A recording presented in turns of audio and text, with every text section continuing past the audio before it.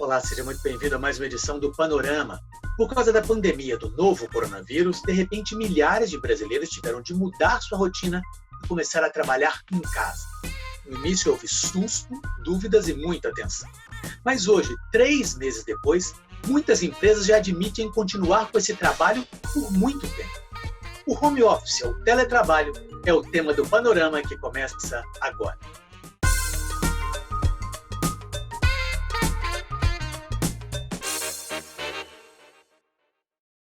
Eu converso com Eliane Ramos, que é presidente da Associação Brasileira de Recursos Humanos Minas Gerais.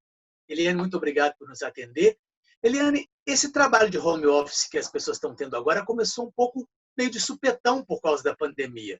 Quais foram as principais dificuldades que as pessoas sentiram, que as empresas sentiram, para tentar se adaptar tão rápido a esse sistema de home office?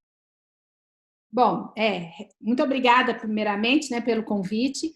E, realmente, a gente teve que, as empresas, em uma semana, resolver coisas, levar as pessoas para home office, coisas que elas iam fazer que estavam planejando há vários anos. E eu acho que vem uma mudança. Esse home office que a gente está vivendo não é realmente o home office efetivo. A gente está tudo muito misturado, Os filhos em casa, tarefas domésticas misturadas, enfim, não está tendo essa organização. Mas eu acredito que esse trabalho remoto, essa nova forma, ela veio para ficar. E o corona traz algumas mudanças, O trabalho remoto é uma delas. Eu acredito que a consciência e hábitos digitais, que é uma coisa que assim, os profissionais estão tendo que evoluir bastante. O equilíbrio entre profissão e família, como é que eles conseguem fazer esse equilíbrio?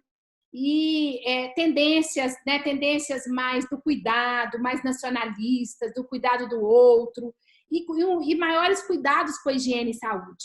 E eu acho que a gente está vivendo, Fernando, num momento muito do ser e não do ter.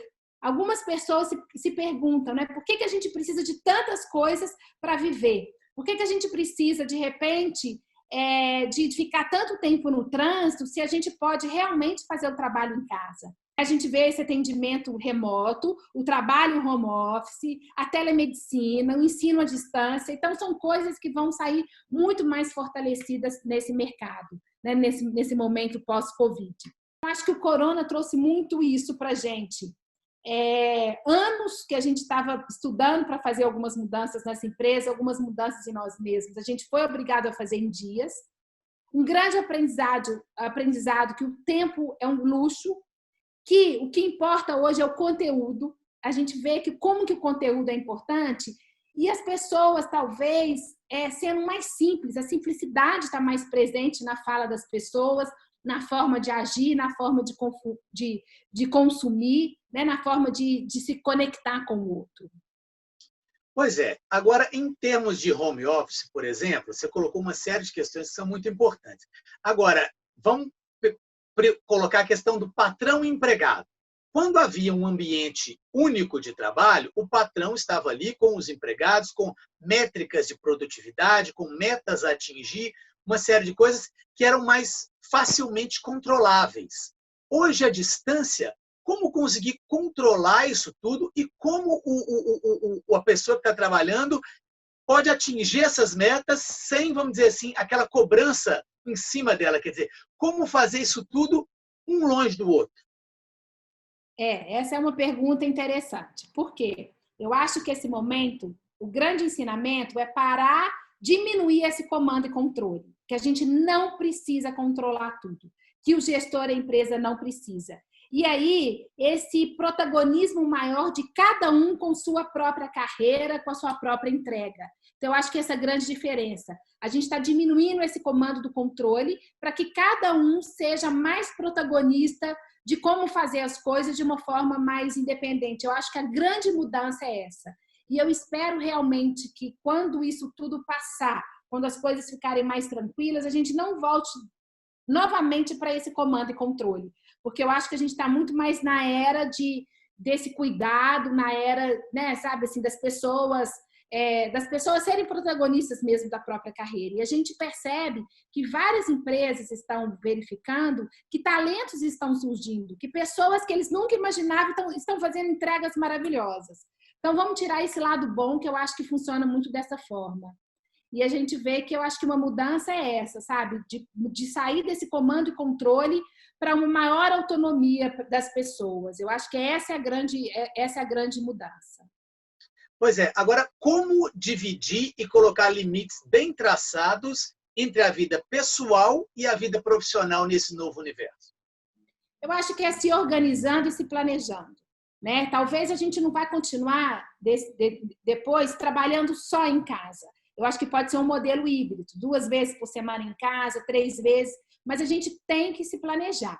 Então, a gente tem que, eu acho que é importante você criar um ambiente onde você possa se organizar, você ter esse horário de trabalho e você também não ficar o tempo inteiro ali na frente do computador. Você, né, de hora em hora, você levantar, né, fazer alguma atividade. Eu acho assim que cada um tem que descobrir qual que é a melhor forma, como que ele pode ser mais produtivo. Então, assim, está trazendo isso que cada pessoa é dono do seu próprio tempo, da sua própria organização. E ele precisa trabalhar e ele precisa fazer as entregas, então ele precisa se reinventar. Ele precisa descobrir qual que é a melhor maneira dele trabalhar em casa. Eu acho que cada um tem essas receitas básicas, mas que cada um tem que descobrir mesmo, sabe? Né? Dentro do seu perfil, dentro de como que ele pode se tornar mais produtivo. Pois é, a gente conversou com um empresário, ele tem uma empresa de cerca de 90 funcionários. Hoje, atualmente, 80% deles estão trabalhando em home office. Vamos ver o que ele diz em relação a essa nova realidade. Eu acho que vai ter muito ganho e acho que vai ter muita mudança. Nossa empresa é uma empresa, por exemplo, eu e a maioria dos gerentes tinham que fazer deslocamentos com alguma frequência para São Paulo, Rio de Janeiro, para outras localidades. E a gente não tinha o hábito, por exemplo, de fazer reuniões virtuais.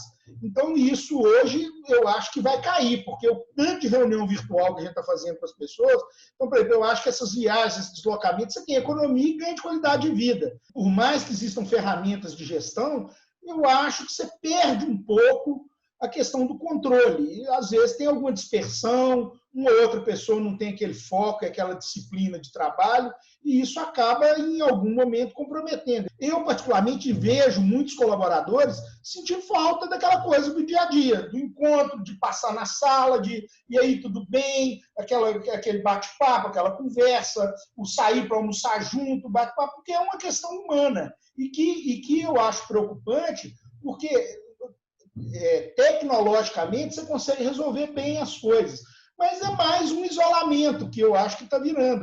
Boniane, o Dailton fala a respeito da questão das reuniões virtuais, a questão da dificuldade um pouco da gestão à distância e também dessa questão do ambiente de trabalho. Como é que isso fica? Como é que você acredita que isso fique daqui para frente? Com certeza, os benefícios do trabalho remoto, eles estão camuflados nesse momento, pela situação que a gente está vivendo. Porque eu acho que tem um misto de ansiedade, de como que a gente vai conciliar trabalho, como que a gente vai conciliar lazer dentro de casa, todo mundo junto. Algumas pessoas não têm esse espaço para trabalhar. Então, assim, essa rotina ainda está muito conturbada. Mas eu acredito muito nesse modelo mais híbrido. A gente não consegue só trabalhar em casa. Por quê? Como ele comentou, nós somos seres humanos sociais. E nós precisamos do encontro com o outro, desse café, desse encontro, né, que a gente sai para almoçar e tudo. Então, eu acho que nesses momentos surgem algumas ideias dentro das organizações também. Então, eu acredito que vai ser uma mistura. E como ele falou também das viagens, as viagens é uma das coisas que eu vejo muito que os empresários estão falando, que eles ficavam numa correria, né, que não era qualidade de vida, acordar 4 horas da manhã, ir para o aeroporto cedo, para ir para São Paulo, fazer uma reunião, voltar. Então, assim, eu acho que esse equilíbrio vai ser muito diferente. Eu acredito que a gente vai ter uma mudança aí, sabe? Eu acho que isso vai ocasionar uma mudança e as pessoas repensando mais de, como eu falei, tempo é um luxo, de como que elas podem gastar o tempo dela com coisas mais produtivas e como que elas podem ser mais produtivas. Então, eu acho que, assim, a grande maioria das pessoas tem o interesse de continuar. Mas você sabia que tem uma pesquisa que os jovens são os que querem mais retomar ao trabalho no dia a dia, né, dentro das organizações. Talvez porque eles não estão gostando muito, talvez porque eles estão no início da carreira e essa experiência de troca falta muito para os jovens. Então, talvez as pessoas mais maduras estão trabalhando melhor em casa e os jovens querendo voltar mais, né, deles não conseguirem conciliar isso muito bem.